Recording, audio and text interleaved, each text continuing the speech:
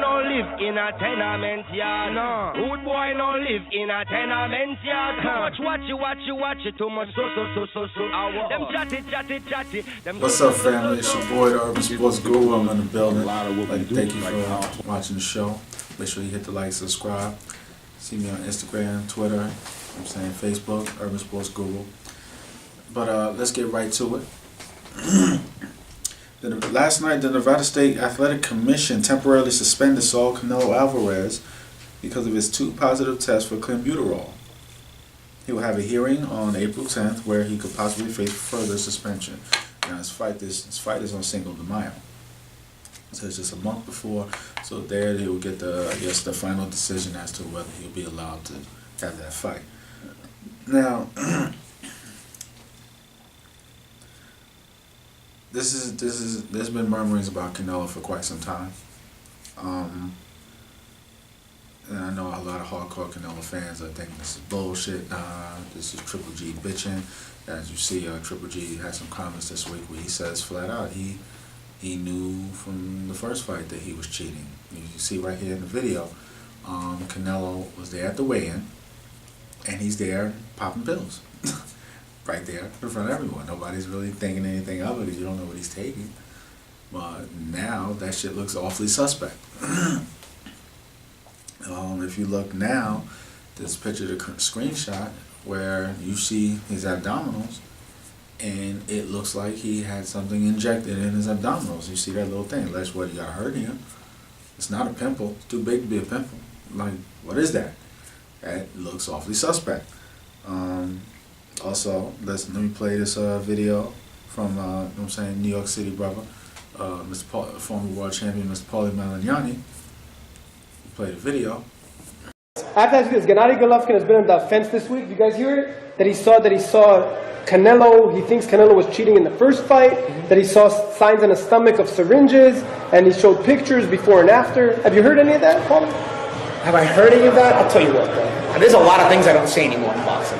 Okay, there's a lot of shit going on in boxing. If it took a failed drug test for you to actually think Canelo was just starting to be dirty, you gotta watch bowling, bro. Don't even watch boxing anymore. If it took that failed drug test for you to realize Canelo was on something, that's like thinking Lance Armstrong was clean just because nobody had caught him back when he was winning 17 Tour de France's and going in the Alps and flying when everybody else was slowing down. If you're that stupid, it's like thinking Maguire and Sosa were clean when they were running through those home runs, even though before they came out they got caught. If you need a failed drug test to realize some guys are cheating, you are a fucking moron, and you should knit for a living instead of watching sports for a living. Thank you. That's why I'm staying off that, because every time I say something like this, it creates a big. And in this video, Paulie Malignani seems to be one of those folks who, for quite some time, was very skeptical about Alvarez.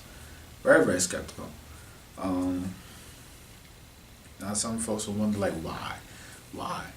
A lot of times when you see someone, when you have to go against someone who just looks like such an unbeatable opponent, it's going to force you to try some things that you never did before. Now, Triple G, people want to look at it now, but let's just take all this shit back. The great Teddy Atlas said years ago the fight should be postponed because he thinks that Triple G was too big, too strong, that he would knock him out. If you look here at Triple G's fight against Dominic Wade, here I believe the second round, Triple G hit the man in the shoulder. As you can see, slow-mo for y'all. He hits the guy in the shoulder and knocks him off his feet by hitting him in the shoulder.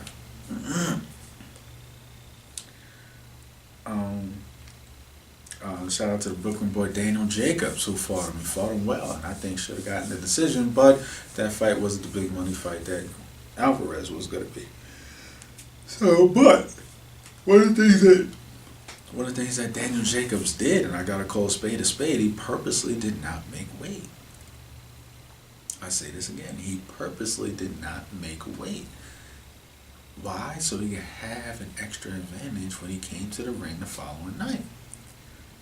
He was 12 pounds heavier than Triple G the night they fought. Now, he ended up still taking a knockdown in the 5th round. Now, would he have been able to withstand that barrage had he been a little bit lesser physically? That is a big question mark.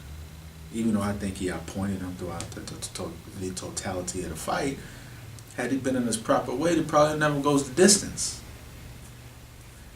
It's a great point. That's something we won't find out until they hopefully eventually rematch. But it's something that also furthermore that Canelo's been temporarily suspended. Temporarily. I mean, the fight still can end up going forward. Was it Eric Morales who tested positive on 2 tests, just like Canelo, suspended for, 2 years for the same substance, clenbuterol? I'm not making this up, people. Google it. I'm not making this shit up. Eric Morales was suspended for 2 years for the same substance. Now, it didn't make a difference for Eric Morales because he was finished at that point in his career. He was getting ready for a rematch with Danny Garcia, and he was getting finished. He was finished at that point in his career. He wasn't the great fighter he was when he was, when he was a featherweight going against Barrera, in that great trilogy that they had. But I mean, let's call it what it is.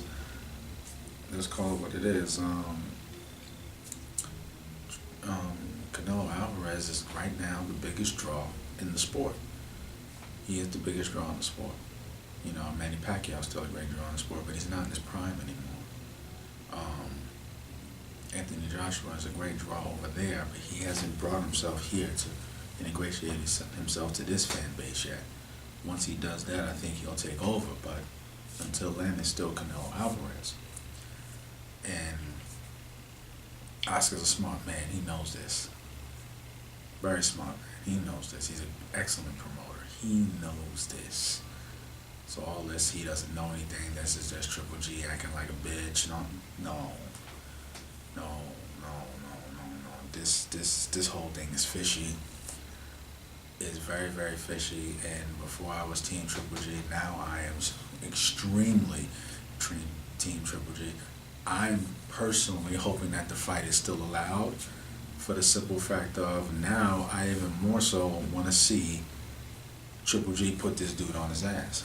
The first fight, as I sat there, and I spoke about this in an earlier show, I was sitting there waiting for him to make the adjustments. Because Canelo was shoulder rolling him. Okay, hit him in the shoulder. As the video I just showed y'all with Dominic Wade. He hit Wade in the shoulder and knocked him off his feet. Knocked him right off his feet. Do that to Canelo. Wear that shoulder out, he's going to knock his head off. He makes these adjustments, he's going to take out Canelo juiced or not. The problem I have with this here is, and this is for the record, Triple G's gone through the same testing, he's passed everything. So he's shown himself to be a superhuman puncher, but a naturally superhuman puncher. But I'm be honest, I don't give a shit about steroids in baseball. I give a shit about steroids. Not because I don't give a shit about baseball, because I do. But I just don't think it has the effect. It's not a hurt sport. I give a shit about steroids in football. I give a shit about steroids in football. I give a shit about steroids in boxing. I truly give a shit about that. This is a hurt business. You go in there juiced up, you can kill somebody. I'm going to say that again. You go in there juiced up, you can kill somebody. This is already a sport. If you're not careful, you can walk out the sport with brain damage. If you're not careful with who you fight and how you fight and all those different kind of things. But every athlete is going to try to use an edge. It's one thing you get popped for something that's over the counter. I've used over the counter stuff. Roy Jones tested positive for something over the counter years ago because a lot of over the counter stuff had ephedra, and ephedra was making guys test positive. That's why you seen after a while the supplement said ephedra free. But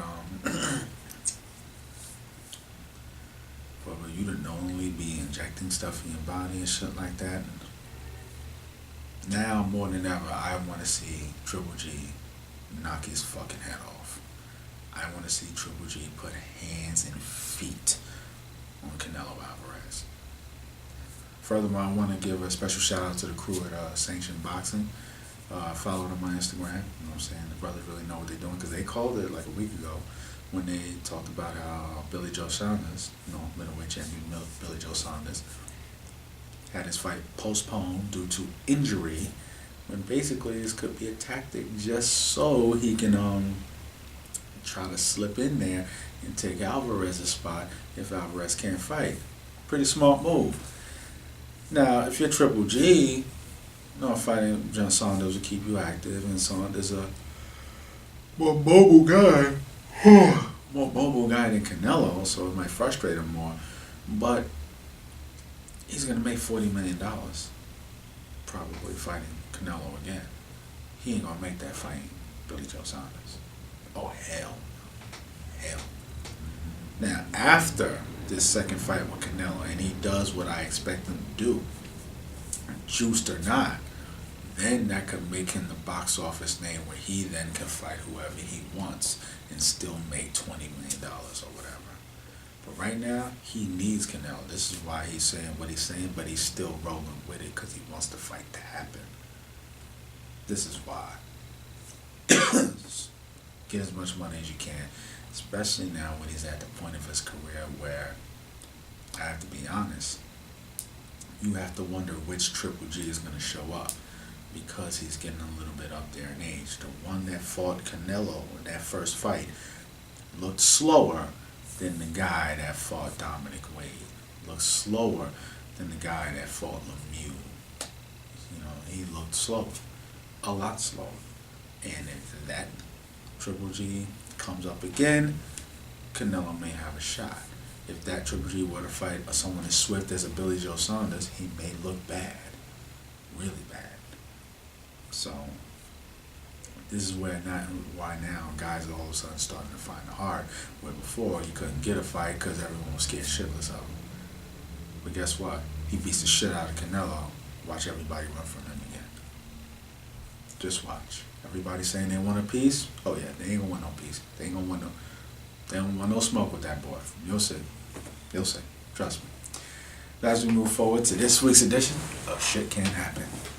Shit can't happen. Shit can't happen. Shit can't happen. Shit can't happen. Now this ain't funny, so don't you dare laugh. Shit can't happen to him and your ass. You can't be touched, don't think you can't. Cause niggas ain't fucking around no more, man. This ain't funny, so don't you dare laugh. Shit can't happen to him and your ass. You can't be touched, don't think you can't. Cause niggas ain't fucking around no more, man. Now stop right there. In this week's edition, we have Indiana Pacers center Miles Turner. Now he's been putting guys on, letting them know that shit can happen this week. He did it to Tristan Thompson. Now he's here going against Anthony Davis. No, he doesn't dunk on Anthony Davis. Come on, that's just blasphemous. That doesn't happen. But give AD a nice pump fake, and you see the rest. Stop right there. I guess, once AD got the pump fake, I guess let me hold AD now. I'm gonna hold him down. This motherfucker ain't gonna do shit. He ain't gonna do shit. I guess he thought shit can't happen. Play the tape. And as we move forward, everybody sat here and watched this video. I appreciate it very, very much. Why? Because you could have been anywhere in the world. But you're here with me, Urban Sports Guru. I appreciate that. Peace and love. I'm out.